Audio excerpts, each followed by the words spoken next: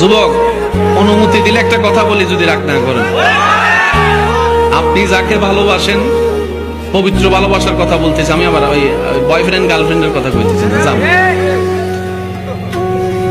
আপনি যাকে ভালোবাসেন কয়জন? আপনাকে যে ভালোবাসে উনি কয়জন?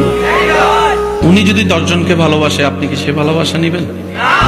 আপনি যখন বলছেন আই লাভ ইউ, সে উত্তরে কি বলছেন? আই লাভ ইউ টু মানে কি?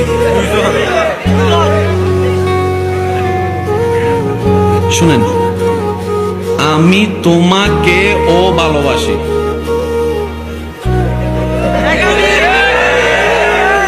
আমি তোমাকেও।